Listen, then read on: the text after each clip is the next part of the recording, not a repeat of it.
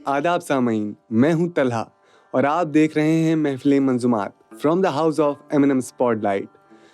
दोस्तों, आज की इस महफिल में एक ख़ास मौजू पे हम बात करने वाले हैं। ये मौजू नहीं, ये शायर है और ये शायर अपने आप में एक मौजू है। जी हाँ, बात कर रहा हूँ नज़ीर अकबर आबादी की। बहुत ही मकबूल शायर, बहुत ही बड़े शायर। उनको अपने ज़माने में वो इज़्ज़त नहीं मिली जिसके वो हकदार थे, मगर आज उनको वो इज़्ज़त मिलती है। क्यों? क्योंकि उनकी नज़में इस लायक हैं। और ऐसी ही उनकी कई सारी नज़में लेकर आज हमारे साथ जुड़ने वाले हैं एक बहुत ही मशहूर शायर राकेश तिवारी साहब। राकेश तिवारी से कौन वाकिफ़ नहीं है? उनके कलाम सबने पढ़े हैं, सुने हैं और इतने आसान कलाम लिखते हैं, इतनी प्यारी ज़बान इस्तेमाल करते हैं कि कानों में मिसरी सी घुल जाती है। इनके अशारों में भी कुछ अंदाज़ नज़ीर अकबर आबादी का मिल ही जाता है। तो आइए महफ़िल का आगाज़ करते हैं और राकेश तिवारी जी को दावत देना चाहता हूँ कि वो आएँ और आज की महफ़िल की शुरुआत करें। हुनर की कई ज़बां होती हैं। कई बार आपका हुनर भी आपसे बात करता है। मेरे हुनर ने मुझसे कहा कि ये मेरे बस में नहीं है कि तेरा गालिब और मीर हो जाना। फिर किसी उस्ताद ने कहा कि सबके लिए लिख लेते हो, सबके कहने पर कोशिश करना कि नज़ीर हो जाना। आदाब, मैं राकेश तिवारी और महफिल मंजूमात के इस एपिसोड में, इस ख्याल वाली चर्चा में मैं आपका स्वागत करता हूँ, इस्तकबाल करता हूँ। खैर, मुझसे किसी उस्ताद ने कहा था कि आप जब लिखने की कोशिश करते हैं तो आपको इस बात का एहसास होना चाहिए कि ज़िंदगी में हर चीज़ आप बन सकते हैं। आप डॉक्टर, इंजीनियर, चारागर कह लीजिए या यूँ कह लीजिए कलाकार भी कई बार किसी हद तक बन सकते हैं, पर लिखने वाले, गज़लकार, नज़्मकार आप होते हैं। आपको बस इस बात का एहसास होता है किसी दिन कि आप तो लिख भी सकते हैं। अब फिर टैलेंट को स्किल यानी कि अपने हुनर को कारीगरी में बदलने का जो सफ़र है वो शुरू हो जाता है, चलने लगता है। और इस सफ़र में हम चाहते हैं कि हमें किसी का हाथ मिल जाए, कोई हो जो हमारी उंगलियां थाम कर हमसे कहे कि चलो मैं बताता हूँ कि कैसे लिखना, कब लिखना, कहाँ लिखना। मैंने इस सफ़र में हमेशा उस्तादों की तरफ देखा और जितनी बार देखा अपने आप को उनसे बहुत दूर और बहुत नीचे पाया। जब गालिब के पास गया तो वो कह रहे थे कि आते हैं गैब से ये मज़ामी ख़याल में, गालिब सरीर खामा नवाए सरोश है। यानी कि मेरी कलम जो है उस ऊपर वाले की ज़बान। मीर साहब के पास गए तो उन्होंने कहा कि मुझको शायर ना कहना मीर के साहिब, मैंने दर्द व गम जितने जमा किए तो दीवान किया। तो जब इन दोनों उस्तादों की तरफ मैंने देखा तो ये मयार में इतने ऊपर उठ गए कि कई बार आसमान में सितारे चमकते तो हैं पर उनके आसपास एक अंधेरा हो जाता है और वो अंधेरा आपको एहसास दिलाता है कि आप इन तक पहुंच नहीं सकते। और इसी अंधेरे के बीच हल्के से मखमली हाथों से मेरी कलाइयां पकड़कर नज़ीर साहब मुझसे कहते हैं कि आशिक कहो, असीर कहो, आगरे का है, मुल्ला कहो, दबीर कहो, आगरे का है, मुफलिस कहो, फकीर कहो, आगरे का है, शायर कहो, नज़ीर कहो, आगरे का है। और मैं इसी तरह मुस्कुरा देता हूँ, क्योंकि जब हम सफर में चलते हैं ना तो हम नहीं चाहते कि हमारे साथ जो चले वो बिल्कुल आसमान के सितारे जैसा हो, पर हम ये चाहते हैं कि जो साथ चले बिल्कुल हमारे जैसा हो, हमारी तरह बात करे, हमारी तरह ज़बान हो उसकी। और लिखने वाले या लिखने वालों के सफ़र में नज़ीर साहब मुझे बिल्कुल अपने जैसे लगे। वही खिलंदड़ी, वही मज़े, वही बाकपन, उतनी ही गहराई और उतनी ही आसान सी लिखाई। कहते हैं कि खुसरो साहब के बाद, गालिब मीर साहब के बाद जो है शायरी ने एक अपना अलग ओहदा हासिल कर लिया था, एक मयार पे चली गई थी, एक एलिटिज़्म आ गया था कि कुछ लोग या फिर कुछ पहुंचे हुए लोग ही शायरी कर सकते हैं। लेकिन उसके बाद नज़ीर आया और सब उन्होंने एहसास दिलाया कि लिखा तो हर चीज़ पे जा सकता है, लिखा तो रोटियों पे जा सकता है, आदमी पे जा सकता है, ककड़ी पे जा सकता है। आप जिस फन पे चाहो लिख सकते हो, आप दरबार में जाकर अपनी शायरी कह सकते हो और एक ककड़ी बेचने वाला भी आपको पास बिठाकर अपनी शायरियाँ बनवा सकता है। मैंने नज़ीर साहब का दामन थाम लिया और हम बस चलते गए। इसके बाद जब भी, जहाँ भी, कहीं पर भी मुझे लगा कि शायद मैं ये क्यों लिख रहा हूँ या ठीक-ठाक लिख रहा हूँ कि नहीं, नज़ीर साहब ने कहा बैठो, हम बताते हैं। इतनी भी बुरी बात नहीं है ये लिखना। मसलन जब मैंने अपने लिखने की सफ़र की शुरुआत की तो मैंने कई सारी गहरी कविताएं भी लिखी, लेकिन मेरा जो मन था वो बड़ा करता था कि कभी किसी दिन समोसे पे लिखा जाए। समोसा मुझे बड़ा प्रिय है। मुझे लगता है कि इस पूरी दुनिया, इस पूरे कायनात की शुरुआत ही शायद इसलिए हुई ताकि आदमज़ात एक दिन समोसे का स्वाद चख सके। इतना दीवानापन, पर कहता ना कि जब भी खास लोगों की महफिल में बैठो वही मजाक उड़ा देता। कि ये भी कोई शय हुई लिखने की कि समोसे पे लिखोगे। अम्मा मियाँ इससे अच्छा एक काम करो, छोड़ दो कलम और करो कॉमेडी, करो लोगों को हँसाओ, इससे तो कविताएँ क्या लिख रहे हो? तब मुझे एक लिखने वाले दोस्त ने हबीब तनवीर साहब के एक नाटक से मिलवाया जिसका नाम था आगरा बाज़ार। नज़ीर साहब की कहानी थी और तब मैंने जाना कि नज़ीर साहब के साथ भी कुछ ऐसी ही परेशानियाँ हुई थीं। जब वो ककड़ी वाले के लिए भी लिख देते, रोटियों पे भी लिख देते, तो लोग कहते थे कि यार भाई साहब ये क्या ही है? और वहाँ से मुझे हौसला मिला समोसे पे लिखने का।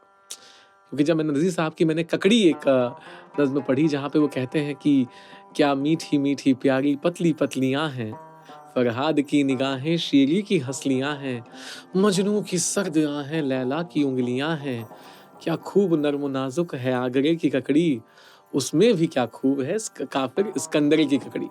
यानी ककड़ी वाले ने भी बिठा के नज़ीर साहब से लिखवा लिया और उन्होंने लिख दिया। तब मैंने समोसे पे कविता लिखी कि इसे खाने वाले झूठे गरीब झूठे सच्चे भी खाते हैं। हमारे गांव में जब सत्यनारायण चाचा बनाते हैं तो मदरसे के बच्चे भी खाते हैं। और फिर समोसे पे एक नज़्म तैयार हो गई। इसी तरह जिंदगी में जब भी जहां भी फंसे नज़ीर साहब ने आके संभाल लिया और एक बात का एहसास दिलाया कि हमेशा हम कोशिश करते हैं ना कि एक मयार हासिल हो जाए, उसके बाद अपनी कलाकारी को दुनिया के सामने पेश करें या कुछ ऐसा लिखने लगे जैसे उस्ताद लिखते हैं। वैसा होना भी चाहिए, रोज आपको सीखना भी चाहिए। लेकिन कई बार सीखते सीखते एक पड़ाव ऐसा भी आता है जब आप बहुत सेल्फ डाउट में चले जाते हैं। आपको इस बात का एहसास होने लगता है कि शायद मैंने इतना पढ़ लिया है या इतना अच्छा पढ़ लिया है कि क्या कभी मैं ऐसे लिख पाऊंगा। खैर, जिंदगी में कई मोड़ ऐसे भी आए जहां बहुत बारीकियों पे लिखने का मन किया। कभी कभी जब मेरे अपने दोस्त ने, सबसे प्यारे दोस्त ने, स्कूल के दोस्त ने जब ये फैसला किया कि उसे जिंदगी आगे नहीं जीनी और सफर बीच में ही छोड़ के चला गया, तो मुझे लगा कि मैं कैसा आदमी। आदमियों पे भी लिखा जाना चाहिए, पर आदमियों पे कौन लिखता है? तो वहां नजीर साहब फिर से रोशनी करने आए और तब मैंने आदमी नामा पढ़ा। और वहां नजीर साहब खूबसूरती से कहते हैं कि दुनिया में बादशाह है सो है वो भी आदमी, और मुफलिस व गदा है सो है वो भी आदमी, अच्छा भी आदमी ही कहाता है या नजीर, और सब में जो बुरा है सो है वो भी आदमी। आदमी नामा पढ़ने के बाद मेरे जहन से जो पहले लफ्ज निकले वो ये थे कि अच्छा आदमी था। मेरी मेरी जो वो वाली कविता है जिसमें मैं आदमी के बारे में बात कर रहा हूँ, उसकी इस आदत के बारे में बात कर रहा हूँ कि हम हर जगह जाके यही कह देते हैं अच्छा आदमी था, वो कहीं ना कहीं आदमी नामा की ही देन है। नज़ीर साहब कहीं आपका हाथ नहीं छोड़ते, तब भी नहीं छोड़ते जब आप रोटियां खा रहे हो, रोटियां खा रहे हूँ, अचार खा रहे हूँ, अचारों को चूहों ने खा लिया है, तब भी नज़ीर साहब आकर कुछ ना कुछ उसमें भी 2 या 3 लाइनें कह देते हैं। रोटियों पर भी उन्होंने बहुत खूबसूरत बात की कि आदमी के पेट में जब आती हैं रोटियां, फूले नहीं बदन में समाती हैं रोटियां, जितने भी मजे हैं सब दिखाती हैं रोटियां। तब लगता है कि हमें हर बार किसी नए शय की तलाश में कहीं बाहर निकलने की जरूरत ही नहीं। लिखने वाले हमेशा एक कोशिश करते हैं कि वो अपने लिए एक समंदर, किनारा, पहाड़, दरख्तों, दीवार, एक अलग सा एक माहौल ढूंढ ले, या जिंदगी में कुछ हल्का फुल्का या बहुत कुछ बड़ा हो जाए तब भाई साहब उस पर लिखना बनता है।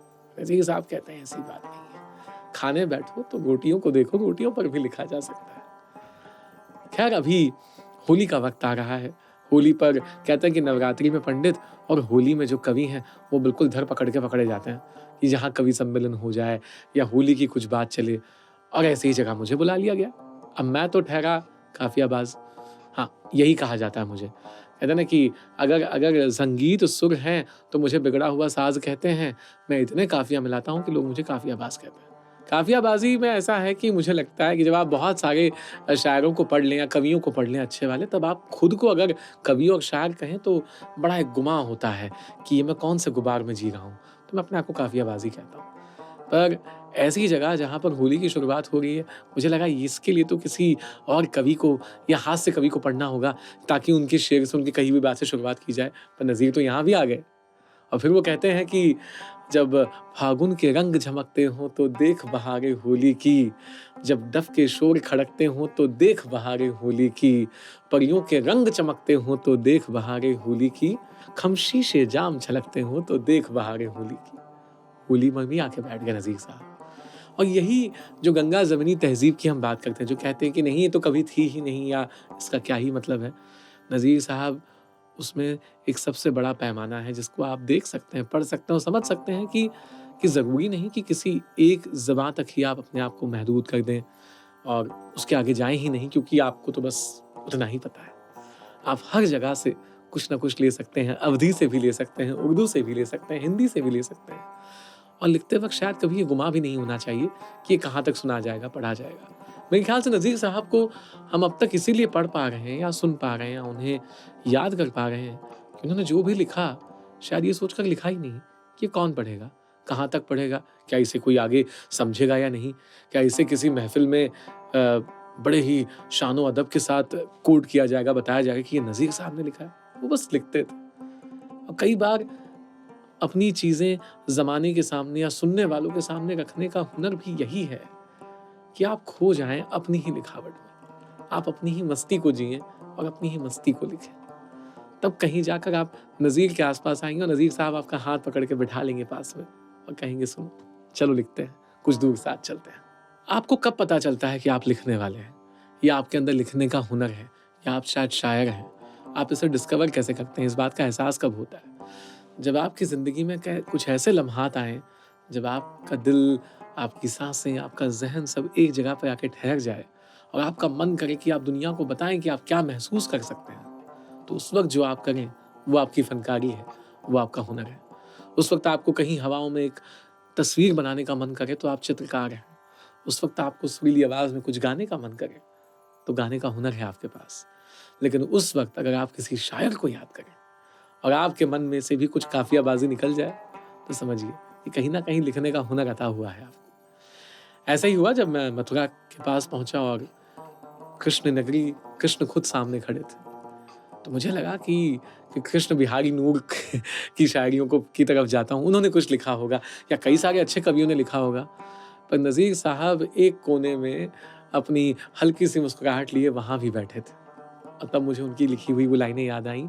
इस हुस्नो अमल के सालिक ने, इस दस्त जबले के मालिक ने, कौसार लिया उंगली पे उठा, अल्लाह हो गनी, ना गोरा था ना काला था, मनमोहनी सूरत वाला था, जिस रंग में चाहा देख लिया, अल्लाह हो गनी। एक ही शेर, एक ही नज़्म में कृष्ण और अल्लाह दोनों को लाने वाला ये शायर। तब आपको लगता है कि कितने ही झूठे फ़लसफ़े पाल के बैठे हैं आप, कि दुनिया में 2 चीज़ें अलग हैं, 2 मज़मून अलग हैं, 2 बातें अलग हैं, सब कुछ एक ही तो आ सकता है। और इसीलिए शायद नज़ीर इसी साल नहीं, हर साल पढ़े जाएँगे। हम कितनी ही बार ये कह लें कि लिखने वाले को अपनी नज़्म को बच्चों की तरह रखना चाहिए, एक बार वो बड़े हो जाएँ तो उन्हें छोड़ दें, वो कहीं चली जाएँगी। लेकिन एक नाता, एक रिश्ता तो बन ही जाता है। हर लिखने वाला कहीं न कहीं ज़िंदगी में एक बार तो ये सोचता ही है कि मेरे जाने के बाद कुछ मेरा लिखा हुआ तो बाकी रहे, जो आने वाली नस्ल पढ़े या आने वाले लोग पढ़ें और उसी लिखे पढ़े के बहाने उसे याद किया जाए। तो नज़ीर साहब ज़िंदगी के उस मोड़ में भी आकर बिल्कुल सामने बैठते हैं और आपको एहसास दिलाते हैं कि इस भागती दौड़ती दुनिया में आप जाने किसके सहारे हो, सफ़र तो आपका भी खत्म हो जाना है, क्योंकि आप भी तो बन जाओगे। जितने बार ज़िंदगी में ये ख्याल आया कि ठाठ बढ़ गए हैं और अब कुछ नाम कर लिया है, अब शायद ज़िंदगी के अंत तक ये साथ रहे या ज़िंदगी के बाद भी ये नाम रहे, ये कविता रहे, ये नज़्म रहे, तब बंजारा नामा जितने बार मैं पढ़ता हूँ, वो मुझे ज़मीन पर ले आती है और कई बार खाक में भी मिला देती है। जब नज़ीर साहब ये कहते हैं कि तू हिस्र हवा को छोड़ मियाँ, मत देश विदेश फिरे मारा, कज़्ज़ाक अजल का लूटे है, दिन रात बजा कर नक्कारा, क्या गेहूं चावल मोठ मटर, क्या आग धुआं और अंगारा, सब खाक पड़ा रह जावेगा, जब लाज चलेगा बंजारा। जिंदगी को एक ना एक दिन खत्म हो जाना है। इस जिंदगी के खत्म होने को और उसकी बाद की अनसर्टेनिटी को कई कवियों ने, कई शायरों ने बांधा है। हरिवंश राय भी कहते हैं, जब वो अपनी कविता में ये बात कहते हैं कि मन देख जहां तक पाता है, तमका सागर लहराता है, फिर भी कोई उस पार खड़ा हम सबको खींच बुलाता है। आज मैं चला कल तुम आओगी, परसों सारे संगी साथी, किसी के रुकने से कोई रुकता नहीं, जिसको जाना है जाता है। मेरा तो दिल बहलता है देख सागर के हिलकोरों को, जब मैं एकाकी पहुंचूंगा मझधार न जाने क्या होगा। इस पार प्रिय तुम हो मन है, उस पार न जाने क्या होगा। पर मुझे एहसास हुआ कि नज़ीर साहब ने भी ये बात बहुत पहले अपने ही अंदाज में कह दी थी। एक इंसान को बंजारे की शक्ल देते हुए उन्होंने कहा था कि जब मर्ग फिराकर चाबुक कोई ये बैल बदन का हाँकेगा, कोई नाज समेटेगा तेरे, कोई गोंद सिए और ताकेगा, हो ढेर अकेला जंगल में तू खाक लहर की फाकेगा, उस जंगल में फिर आह नज़ीर एक तिनका आंख न झाकेगा, सब ठाट पड़ा रह जावेगा, जब लाज चलेगा बंजारा, सब खाक पड़ा रह जावेगा, जब लाज चलेगा बंजारा। सब यहीं छूट जाना है और आप भी एक दिन बंजारे की तरह रुखसत हो जाएंगे। लेकिन आप रुखसत ना होइएगा, क्योंकि ये महफिल चलती रहेगी, सुनाने वालों की अर्जी चलती रहेगी और वो कुछ ना कुछ आकर आपको बताते रहेंगे। साथ बने रहिएगा और नज़ीर साहब को भी साथ रखिएगा। मिलते हैं। तो दोस्तों, ये थे राकेश तिवारी साहब। उम्मीद करता हूँ कि आज का शो आपको बहुत पसंद आया हो, आपने एंजॉय किया हो। भाई उनकी बातों में तो मुझे भी मज़ा आ गया। उम्मीद करता हूँ आपको भी आया होगा। तो अगर आपको ये एपिसोड पसंद आया है तो अपने दोस्तों के साथ ज़रूर शेयर कीजिएगा, हमारी वीडियो को लाइक कीजिएगा और हमारे चैनल को ज़रूर सब्सक्राइब कीजिएगा। चलिए अपने दोस्त तलहा को इजाज़त दीजिए इस वादे के साथ कि अगले हफ्ते मुलाकात होगी। तब तक के लिए देखते रहिए महफिल मंजूमात from the house of MNM spotlight.